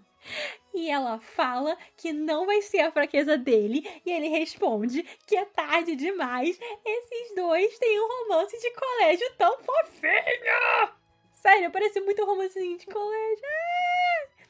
Quem me segue no Insta talvez até tenha visto histórias que eu fiz. Toda felizinha com essa parte. Bom, de forma geral, o jantar é um sucesso, mas a noite estava longe, eu digo muito longe de acabar, sem maiores acidentes. Bom, o Sean acorda no meio da noite com um som de gritos. E imediatamente ele corre para o estábulo, seguindo o som que leva diretamente para a Baía de Cor, que agora está ocupada por Endana. E parece um filme de terror. E agora que eu vou ler, deixa eu catar no Kindle. Acordo com o som de gritos. Voltei tarde demais e o sono demorou para chegar. Por um momento, apenas fico deitado. A exaustão me tira a vontade de despertar completamente e, ainda assim, os gritos. O som se transforma num lamento agoniante, então eu desperto. Estou acordado, com meu casaco e minhas botas, e já na escada com a lanterna. O estábulo está escuro, mas ouço som de movimento vindo não dos corredores, mas das baias. Os cavalos são despertos. Ou o som os despertou, ou alguém esteve ali. Mantenho a lanterna desligada e abro caminho no escuro. O gemido cresce conforme desço pé ante pé até o térreo. Vem da antiga baía de Cor, aquela que acabei de colocar em Dana. Percorro o corredor tão rapidamente quanto o silêncio permite. O grito silenciou, mas agora tenho certeza de que é Endana. Na escuridão, mal consigo ver dentro da baia. A noite lá fora lança um pouco de luz azul escuro, apenas o suficiente para que eu me esgueire nas barras e olhe para dentro. Quando ela geme de novo, recuo. Ela está bem na minha cara. Sua cabeça está apoiada nas barras, o pescoço pressionado contra a parede, o focinho apontando em direção ao teto, a mandíbula bem aberta. Sussurro seu nome e ela me responde com um gemido suave. Meus olhos percorrem toda a linha de seu pescoço, e a linha inclinada de seus quadris formam até chegar ao chão. Nunca vi um cavalo ficar em pé dessa forma. Há um nó de angústia dentro de mim, conforme abro a porta e entro na baia. Agora, com seu corpo desenhado contra a luz da janela, vejo que está apoiada na parede com sua cabeça e pescoço, afundado em suas ancas como um cão. Suas patas traseiras estão abertas, como se o chão estivesse escorregadio. Toco seu ombro, está tremendo. Uma sensação terrível cresce dentro de mim. Passo a palma da mão na base de seu pescoço, seguindo a linha de sua coluna, e me agacho para continuar procurando ao redor da curva de suas ancas, que sofrem espasmos até os tendões traseiros das patas. Ainda não choraminga. Minha mão volta empapada, ir com a altura dos meus olhos, mas não preciso aproximá-la demais para sentir o cheiro de sangue. Saco a lanterna do bolso e acendo. Os 2 tendões da parte posterior de suas patas foram cortados. A parte superior da ferida faz uma curva para cima, como um sorriso macabro, e o sangue se acumula em torno de seus jarretes.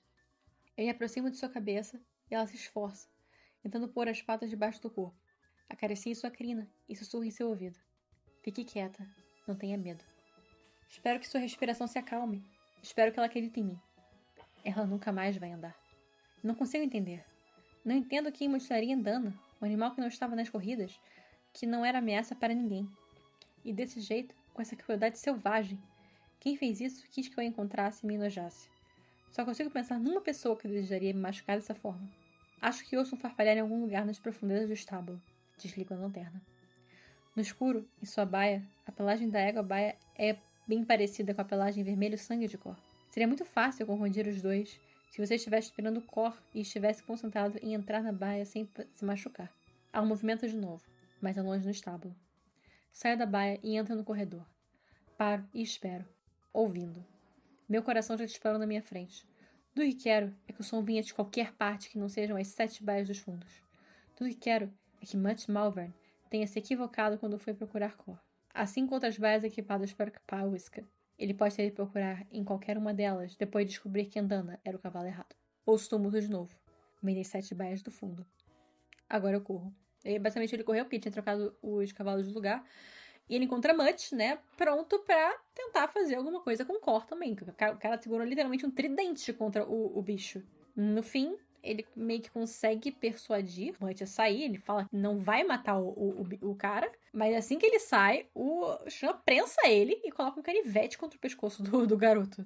Tipo, ele tá completamente e totalmente... E eu acho que ele realmente, provavelmente, teria matado o Mutt ali se o Sr. Malvern não tivesse aparecido. Tipo, ele só basicamente fala, já deu, garotos, né? E fala pro Mutt voltar pra cama. E nenhuma consequência vai vir pro chão por conta disso, né? Ainda bem, mas o Malvern vai pedir, tipo assim, acaba com o sofrimento dessa égua.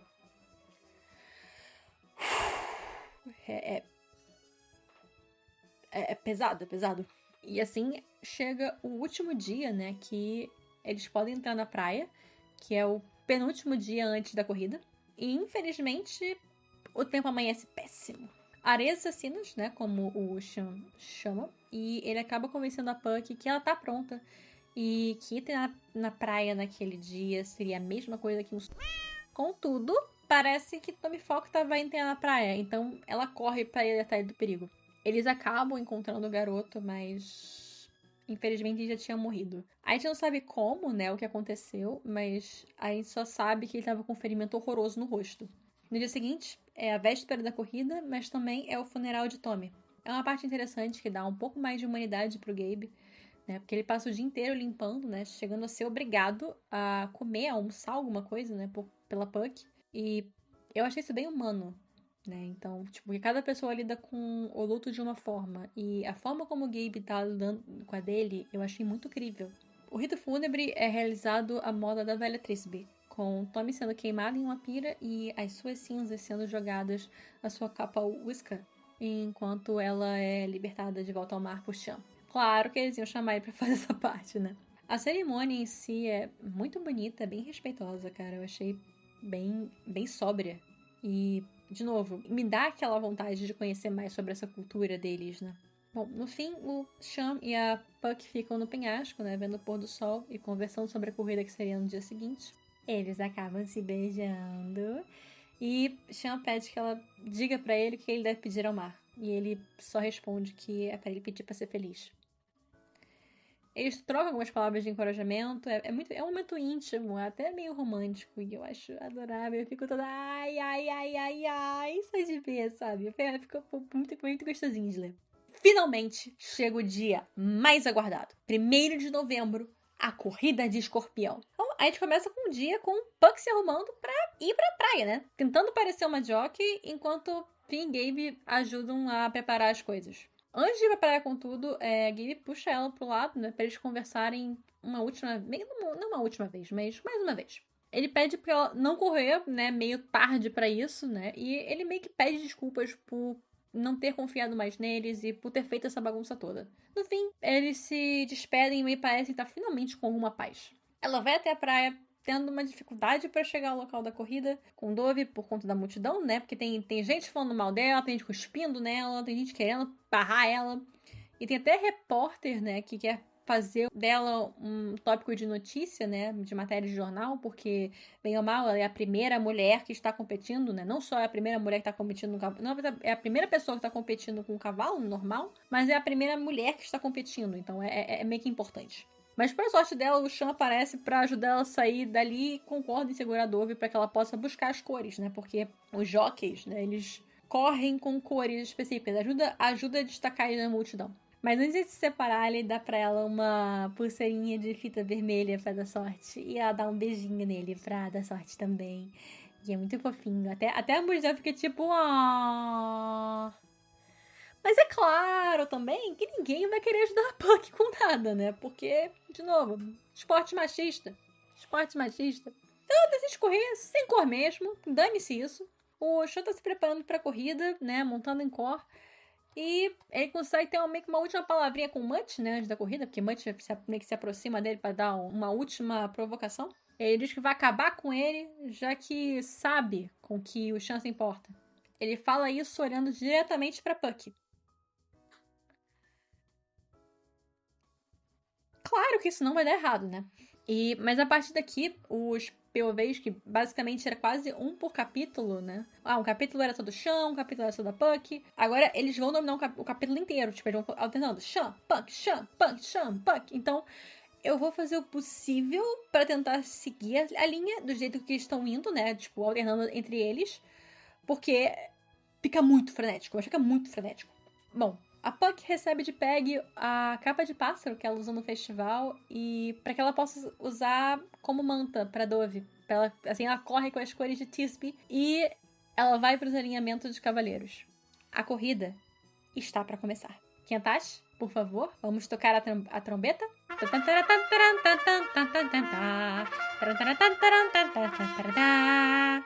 A corrida começa e é uma confusão de cavalos e cavaleiros. Puck se perde deixando a confusão, ficando para trás tentando lidar com os outros. Os Kapawisi começam a prensar ela, deixando Dove assustada. A Égua leva algumas mordidas superficiais e alguém corta a perna da Puck com uma faca. Sério, uma faca. Não dá pra saber quem, mas é possível ver, né, um dos caras que havia intimidado ela na praia sendo levado pro oceano pela sua montaria, né, que acaba atacando ele. Ele morre. Spoiler, ele morre. Livre dele, ela consegue fazer Dove avançar, ela consegue achar uma abertura pra disparar pra frente. E mais lá na frente, o Sean tentando encontrar a Puck, ponderando se é melhor ele seguir em frente ou se esperar mais um pouco, porque ele tinha prometido que ele esperaria ela fazer a jogada dela pra fazer a dele. E finalmente ele consegue ver ela alcançando, e eles ficam para a par. Ele vê ela se aproximando e emparelhando com ele. Tipo, ela começa a ter uma esperança muito grande que ela pode vencer, que talvez dê pra salvar a casa e comprar a cor mesmo assim. Eles conseguem ver o grupo 3 cavaleiros na frente, que estão à liderança, e Mutt está entre eles. Parece que eles estão conseguindo alcançar o Mutt quando eles finalmente se tocam, tipo, meio tarde demais, que ele tava freando a égua malhada dele de propósito. E antes que qualquer um dos dois pudesse reagir, a Sokka parte pra cima de Dove e de Puck e prende a pobre coitada da égua pelo pescoço, com o dente, ela agarra pelo pescoço, sabe? Tipo, bem como você faz, se você já viu qualquer animal brigando, você consegue visualizar muito bem isso. E o Sean meio que se toca que o objetivo do Mutt nunca tinha sido ganhar a corrida. Ele apenas queria machucar ele o máximo possível. E para isso, ele resolveu que matar o seu recém-descoberto amor era uma ótima ideia. Que cara legal! A Puck torce a orelha da Sokka e consegue causar muito dor o suficiente pra que ela solte a Dove. E o Shan se joga entre as duas, né, com o Cor, falando que aquilo era entre eles e pra deixar a Puck fora disso. Aí ele fala, Puck, continua a corrida, vai indo. E a garota, bem relutante, segue, ela segue. Ela força a égua uma última vez, tipo, vambora, é o último galope. E cumpre todas as expectativas. Ela consegue ultrapassar os outros 2 cavaleiros e cruzar em primeiro lugar. Toma essa, seu bando de que achou que ela ia perder. E enquanto isso, o Shan tá tentando sair daquela situação vivo, né? O Mud tira uma faca e faz um corte no pescoço da égua pra deixar ela muito mais furiosa antes de soltar a rédea e deixar ela pra cima do chão, porque porque, claro, ele não quer mais vencer, ele só quer ver o Shan morto. Mas o que ninguém esperava, nem mesmo o próprio Shan, era que Ko o protegeria, né? Tipo, ele ia ficar, ele ia brigar e ia proteger ele. E, no fim, o Shan meio que acaba ficando desorientado. Parece que ele... No fim, o Shan parece que ele fica desorientado, parece que ele... Eu não vou dizer que ele desmaia, mas é quase isso, né? Tem um blackoutzinho. E Mutt acaba sendo levado pro mar por Sokka, que o afoga. Se não ficou claro, ela afogou ele morreu. Foi embora. Bom, a Puck espera os outros da linha de chegada, procurando de forma frenética por Shan. E quando ele não aparece, ela deixa o Dove com alguém e corre o caminho de volta à procura dele. Ela encontra ele na arrebentação, tipo, bem machucado, com o Cor, apanhando o casco de uma forma meio estranha. E ela não precisa olhar muito pra chegar na mesma conclusão que o Shan. Que ele tava com uma perna fraturada em um lugar que indicava que ele nunca mais voltaria a correr. Momentinho aqui de educação. Cavalos são muito sensíveis na parte das patas. Existe uma razão da gente não ver cavalos com 3 patas ou cavalos com próteses. A distribuição do peso deles é muito importante. Por isso que, dependendo de como um cavalo machuca a pata, ele é sacrificado. Isso não é crueldade, isso é um fato. Porque é mais cruel você deixar um cavalo machucado vivo do que sacrificar ele. Fecha as pinhas, vamos voltar. E no caminho de volta agora pra casa, ela fica fazendo a conta na cabeça dela, tentando fazer a matemática de alguma forma mostrar o resultado que ela quer. Que é ter o suficiente pra salvar a casa e ajudar o Shan a comprar o cor do Sr. Malvern. Mas nunca é o suficiente. Acaba nunca sendo o suficiente. Mas aí o Finn chega e pergunta pra ela por que ela tá emburrada e a Puck conta pra ele que quer ajudar o Shan a comprar o garanhão. Aí ele pergunta, mas não vai sobrar o suficiente pra ajudar? E ela diz que não. Aí ele fala, pode usar esse dinheiro aqui que eu ganhei apostando? Sei, o malandrinho apostou em Puck, mesmo estando 45-1. Ele ganhou uma bolada enorme e tava só esperando o momento certo pra contar pra ela. Sério, que garoto genial. Bom, no dia seguinte, Puck se arruma, pois, né, sua mãe diz que quando está com raiva era bom usar as melhores roupas, e sai pro área do Sr. Malvern. Eu acho que eu preciso começar a usar a estratégia, porque... Bem, olha a minha cara. Ninguém me leva a sério quando eu tô com raiva. Ela chega e basicamente faz a mesma coisa que o Malvern fez com ela, quando ele veio falar que ia despejá-la. Entrou sem ser convidada e tomou chá com ele. O mesmo chá holandês que ele preparou pra si mesmo em sua casa, tá? E o cara ainda teve a coragem de falar que ela não estava sendo muito educada.